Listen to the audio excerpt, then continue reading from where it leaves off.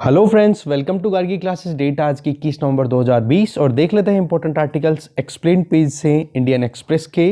यहाँ पर 3 आर्टिकल्स आपके सामने, उनमें से 2 आर्टिकल्स आज हम डिस्कस करेंगे। ये पॉलिटिक्स के बारे में है, तमिलनाडु में बीजेपी के राइज से रिलेटेड, बट ये आर्टिकल अपने काम का नहीं है बिल्कुल भी। ये आर्टिकल है एंटीबॉडीज़ के बारे में कि विच एंटीबॉडीज़ गिव इम्यूनिटी। कौन सी एंटीबॉडीज़ हैं जो कि कोविड-19 को रोकने में कामयाब रह रही हैं। जानेंगे इस आर्टिकल को पूरे को। जहाँ तक है, कुछ चीज़ें आपकी ऑलरेडी जान रखी होगी आपने, और कुछ चीज़ें हैं जो कुछ एडिशनल आपका नॉलेज इंक्रीज करेंगी। इसके अलावा ये वाला आर्टिकल बहुत ही अच्छा है कि किस तरीके से इथोपिया में इंटरनल कॉन्फ्लिक्ट बनता चला जा रहा है, और क्या ये कॉन्फ्लिक्ट नेबरहुड मतलब अफ्रीका में हॉर्न ऑफ अफ्रीका, बताऊंगा मैं मैप में कि हॉर्न ऑफ अफ्रीका क्या होता है। दूसरा कि क्या ये हॉर्न ऑफ अफ्रीका में पूरी इंस्टेबिलिटी ला सकता है, और इंटरनेशनल प्लेयर्स जैसे यूएसए हो गया, चाइना हो गया, रशिया हो गया, इनके क्या स्टेक्स वहाँ पर इन्वॉल्व हैं। साथ में वहाँ के रीजनल पॉलिटिक्स क्या चल रही है, जिसकी वजह से ये जो कॉन्फ्लिक्ट है इथोपिया के अंदर वो इंटरनेशनलाइजेशन का इंटरनेशनलाइज हो सकता है। ठीक है, तो जानेंगे पूरे इन दोनों आर्टिकल्स को। तो चलिए स्टार्ट करते हैं डिस्कशन। फर्स्ट आर्टिकल है विच एंटीबॉडीज गिव इम्यूनिटी। इसमें देखो, अभी एक नई स्टडी रिलीज हुई है पुणे की, और पता पड़ा है कि लगभग 85% पीपल में एक कोरोना वायरस के अगेंस्ट में जो एंटीबॉडी होती है वो कहीं ना कहीं मिली है, और उस एंटीबॉडी को बोला गया है क्या, न्यूट्रलाइजिंग एंटीबॉडी। ठीक है, और ये टेस्टिंग किसके बेसिस पे थी, ये थी sero survey, that means blood testing हुई थी, उसमें ये एंटीबॉडीज का पता पड़ा था। अगर दूसरे शब्दों में हम देखें तो इन लोगों की बॉडी में इम्यूनिटी डेवलप हो गई है कोविड-19 की डिजीज के अगेंस्ट में। ठीक है, एक सेकंड। इसका मतलब ये होता है कि ऐसी कोई सब्सटेंस जिसकी वजह से आप देख सकते हो कि जो डिजीज कॉजिंग वायरस है उस वायरस को या तो वो रोक देता है, या फिर आप देख सकते हो कि जब किसी को इन्फेक्शन हो रहा है तो वो जो ह्यूमन बीइंग की जो बॉडी है वो जब रिकवर करती है तो एक तरीके से उसकी बॉडी में ये एंटीबॉडीज जनरेट होती है। तो इससे क्या होता है कि एक प्रोटेक्टिव लेयर बन जाती है। हम कह सकते हैं कि हमारी बॉडी इम्यून हो जाती है उस बीमारी के अगेंस्ट में, मतलब वो बीमारी हमें ज़्यादा परेशान नहीं करेगी। अब अगर एंटीबॉडीज़ की हम बात करें तो आप देख सकते हो कि रिकवरी प्रोसेस के टाइम पे भी बन सकती है, या फिर हम देख सकते हैं कि कुछ टाइम पे अगर आपके अभी किसी के इन्फेक्शन हुआ है तो उसकी बॉडी में इम्यूनिटी बन जाएगी, बट इम्यूनिटी बनने के बाद में हो सकता है कि कुछ टाइम के बाद में वो इम्यूनिटी धीरे धीरे डिक्लाइन करती है, और फ्यूचर अगर कोविड-19 का दोबारा से किसी पे अटैक हो रहा है या फिर दोबारा से इन्फेक्शन हो जाता है तो उस केस में हो सकता है कि वो इम्यूनिटी आपकी उस टाइम पे बचे। कहने का मतलब, आज इम्यूनिटी जो बॉडी में बन रही है वो कोई ज़रूरी नहीं है कि लॉन्ग लास्टिंग हो, क्योंकि इम्यूनिटी टाइम के साथ में डिक्लाइन करती जाती है। इम्यूनिटी की अगर बात करें या फिर एंटीबॉडीज़ की हम बात करें तो ये एक किसी भी पैथोजन के अटैक से, कोई भी एक्सटर्नल पैथोजन का अटैक हमारी बॉडी पे होता है तो उस अटैक को न्यूट्रलाइज करने का काम करती है, और जब तक वो अटैक इफेक्टिव है तब तक वो एंटीबॉडी कंटिन्यू रहती है, और फिर जैसे ही वो अटैक, एक्सटर्नल वायरस का जो अटैक है वो अगर थोड़ा सा हट जाता है, कम हो जाता है, तो वो एंटीबॉडी भी धीरे धीरे अपने आप कम होती चली जाती है। कहने का मतलब कि फ्यूचर में अटैक होगा सेम वायरस का तो ये इम्यूनिटी काम करे, ये कोई गारंटी नहीं है। हाँ, फिलहाल जो अटैक हो गया उसको न्यूट्रलाइज करने के लिए ये काम कर देती है। तो कहने का मतलब ये इम्यूनिटी जो है कहीं ना कहीं इसको हम कह सकते हैं न्यूट्रलाइजिंग इम्यूनिटी, या फिर एक प्रोटेक्टिव एंटीबॉडीज इनको बोला जा सकता है।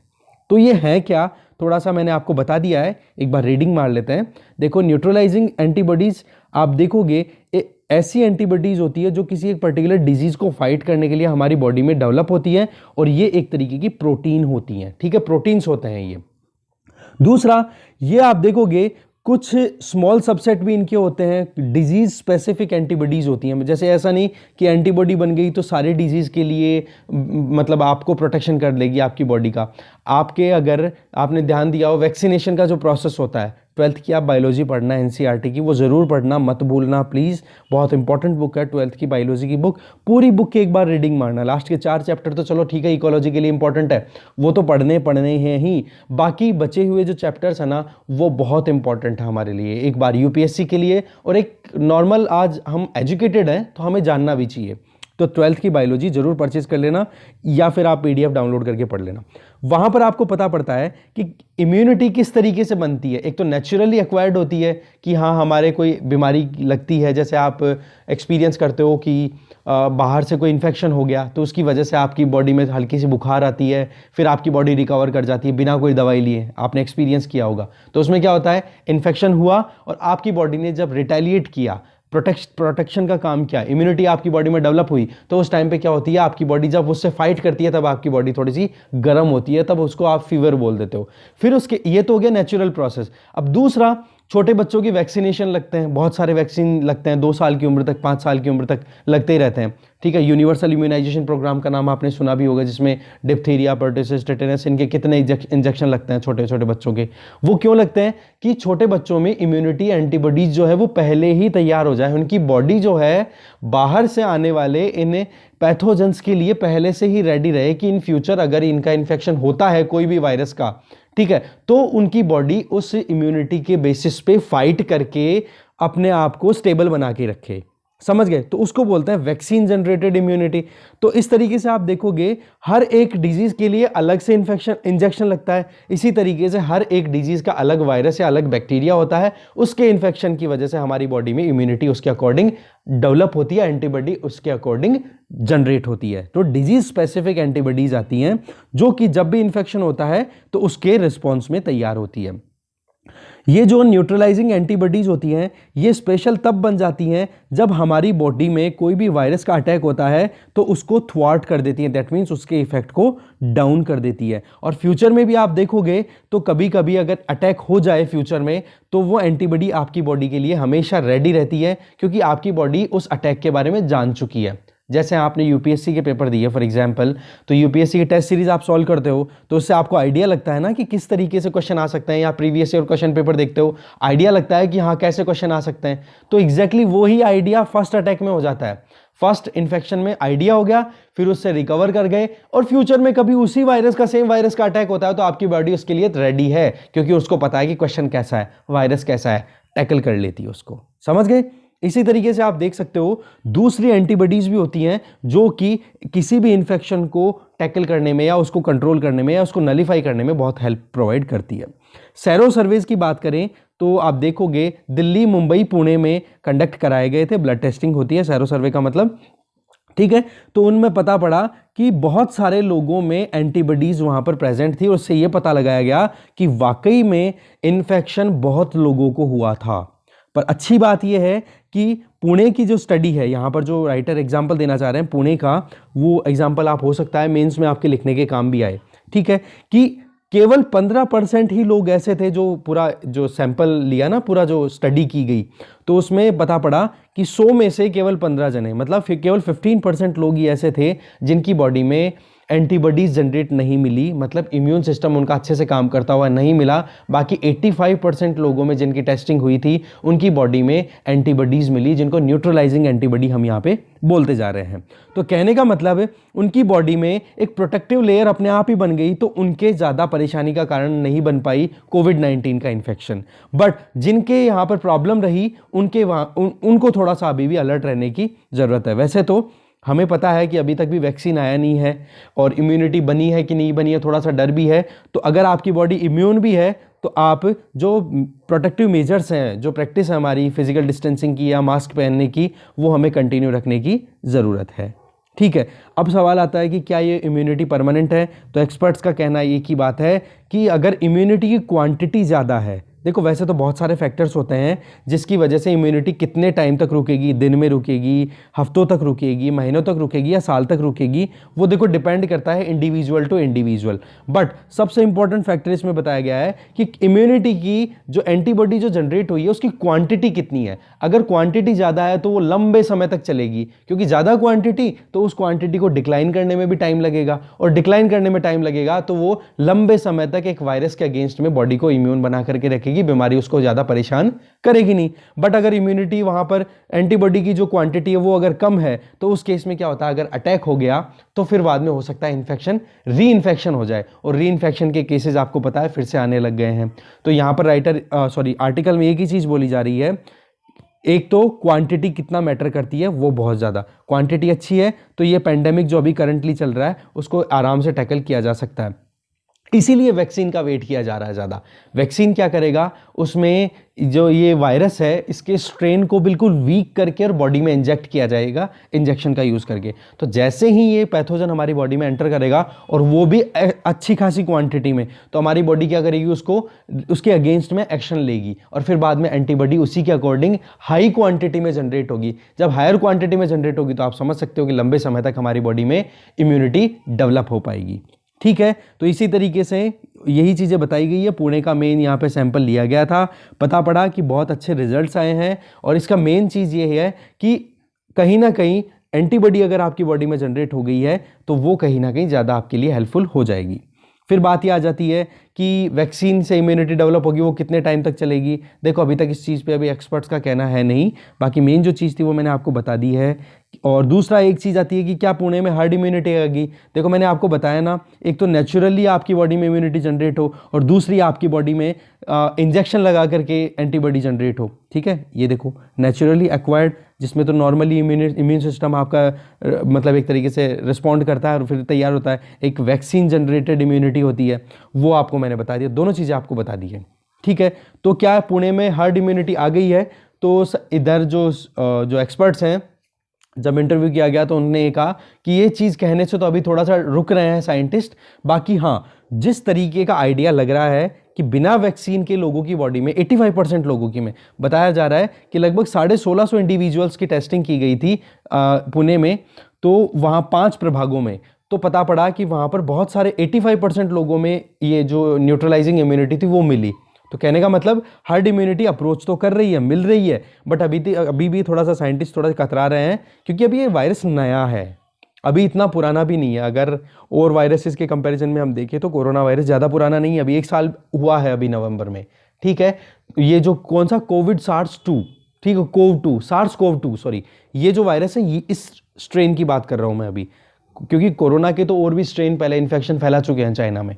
ठीक है, और तो इस वजह से कहीं ना कहीं हर्ड इम्यूनिटी का कॉन्सेप्ट हम समझ सकते हैं यहाँ पे कि हर्ड इम्यूनिटी थोड़ा बहुत डेवलप होना शुरू हुई है, बट वही अभी साइंटिफिक कम्युनिटी थोड़ा सा टाइम लगा रही है, बोल रही है रिस्क नहीं ले सकते जल्दी से, हम एक कहते हैं ना असर्शन नहीं दे सकते कि हाँ जी हर्ड इम्यूनिटी अचीव हो गई। और हर्ड इम्यूनिटी का कॉन्सेप्ट मैंने आपको समझा दिया है कि कैसे भी करके अगर इन्फेक्शन यहाँ पे है, बीच में अच्छी इम्यूनिटी के लोग आ गए तो ये कमज़ोर लोग हैं ये बच जाएंगे, क्योंकि इनकी जो इम्यूनिटी है उस बीमारी को खा जाएगी।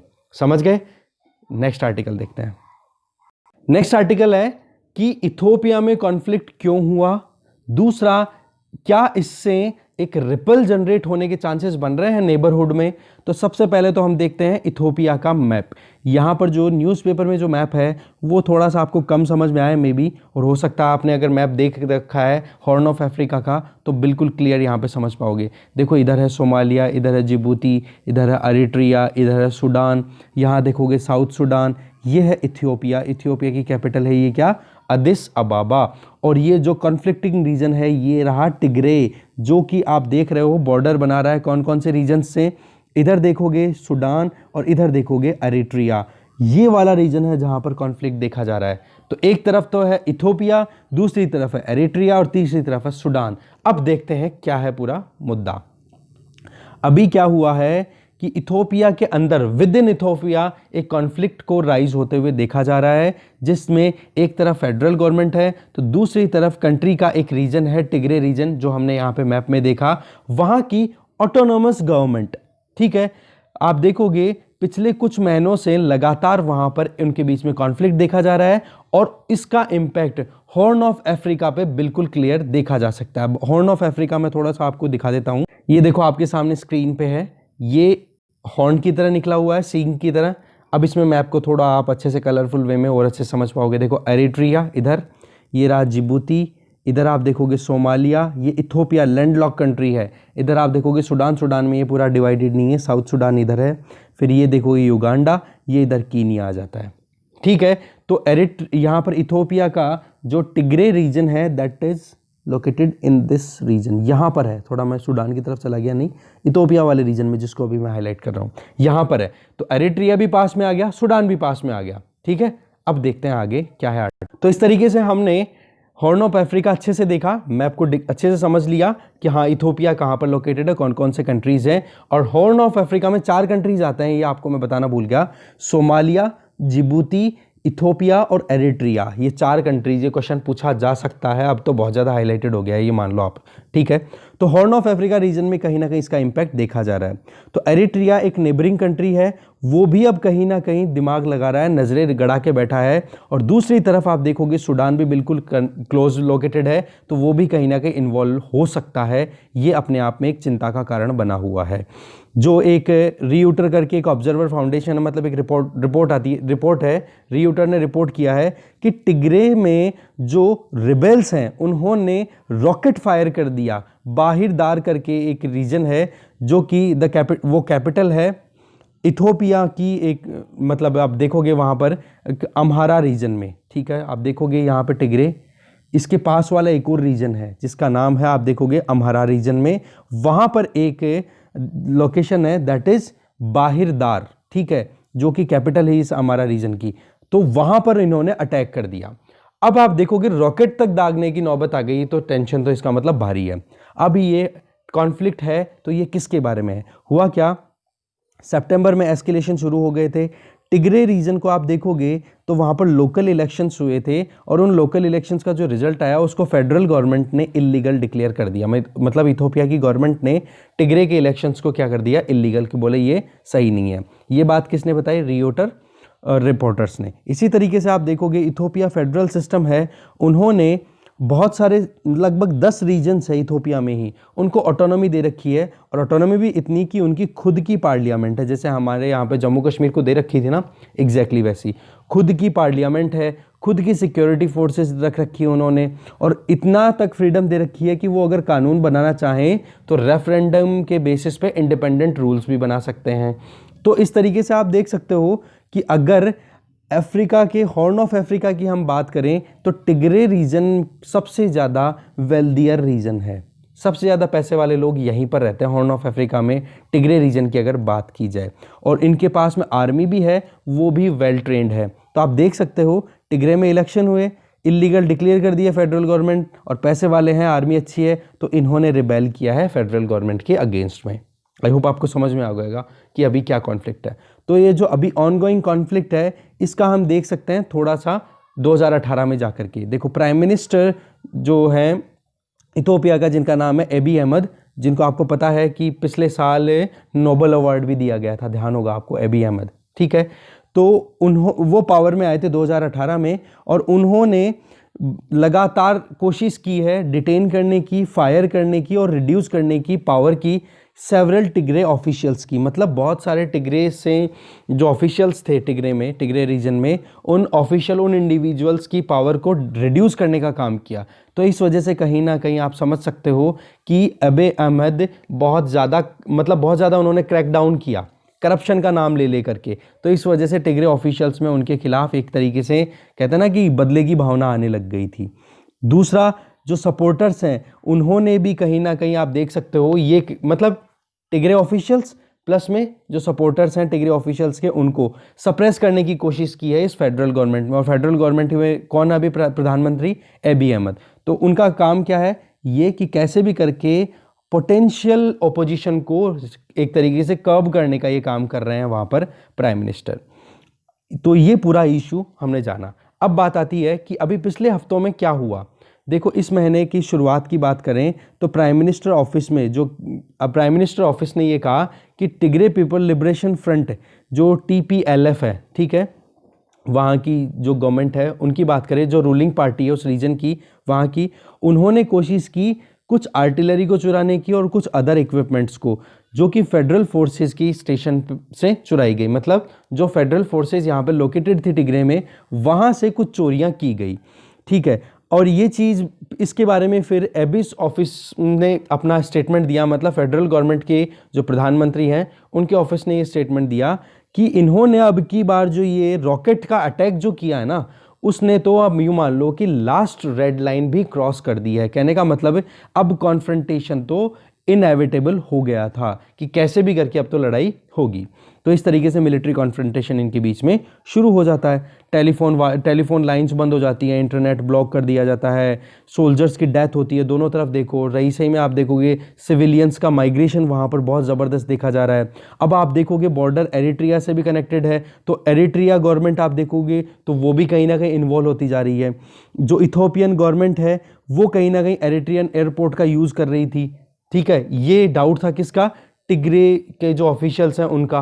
तो उन्होंने क्या किया, एरिट्रियन एयरपोर्ट पे भी अटैक कर दिया। तो इसकी वजह से अब एरिट्रिया भी क्या हो गया, अभी से कॉन्फ्लिक्ट में इन्वॉल्व हुआ कि नहीं। अब एरिट्रिया अगर आ जाता है तो उस केस में आप समझ सकते हो सूडान का भी अब आना बहुत ज़्यादा चांसेस बन चुके हैं। फिर वही बात है, फिर ये कहा गया कि जो टिग्रे के जो लीडर्स थे उन्होंने ये कहा कि अब इथोपियन गवर्नमेंट को एरिट्रिया की सपोर्ट की ज़रूरत पड़ रही है। तो प्राइम मिनिस्टर जो एबी अहमद है उन्होंने ये कहा कि हम खुद से ही बहुत कैपेबल हैं, हम खुद ही टैकल कर लेंगे। फिर बात आ जाती है कि टिग्रे वाले रीजन में, ठीक है, जो एनिमोसिटी है टिग्रे और एरिट्रिया की, वो क्या है, इन दोनों के बीच में जो हॉस्टिलिटी है वो क्या है, क्योंकि इथोपिया पे अटैक कर दिया टिग्रे के ऑफिशियल्स ने अपनी आर्मी के बेसिस पे। तो क्यों किया गया? देखो हुआ क्या था, इथोपिया और एरिट्रियन वॉर चला था 2 दशक पहले, जिसमें बहुत सारे लोगों की डेथ हुई थी, हज़ारों लोगों की। तो उसमें आप देखोगे जो TPLF है ना, उसमें इथोपियन एरिट्रियन वार के कुछ सोल्जर्स अभी हैं। कहने का मतलब जो टिग्रे रीजन में रूलिंग पार्टी है उसके जो लीडर्स हैं ना, जो ऑफिशियल्स हैं, वो इथोपियन एरिट्रियन वार के सोल्जर्स हैं। तो आप देख सकते हो एरिट्रिया के खिलाफ उनके मन में कितनी खराश होगी।